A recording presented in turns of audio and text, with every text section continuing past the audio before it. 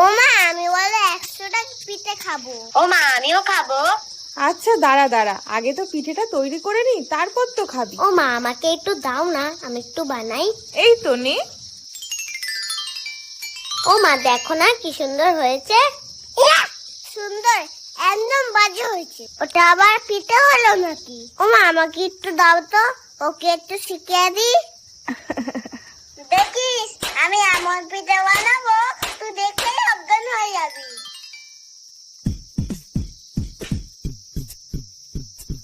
এই রে, বেশি ভাব দেখাতে গিয়ে তো ফেসে গেলাম। এই পিঠে হয় না, প্লিজ হয় না। এবার তো মার খেতে হবে, এবার কি হবে? এই তুই আসলি কেন? আমি পাচ্ছি না বলে তুই আমাকে নিয়ে ঠাট্টা করছিস। এই নে তোর পিঠে, এবার তুই বানা। ও মা দেখো। আচ্ছা বাবা, অনেক পিঠে বানিয়েছিস তোরা, এবার খা এটা দুজন মিলে।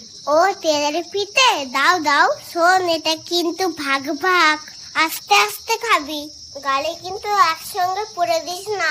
তুই খা না তাড়াতাড়ি।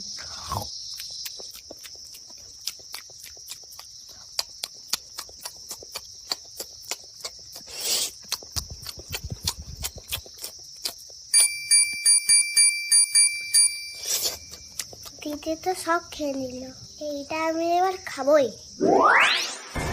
এই তুই এটা নিলে কেন? ওটা আমার ছিল। ওখানে কি তোর নাম লেখা ছিল? ও মা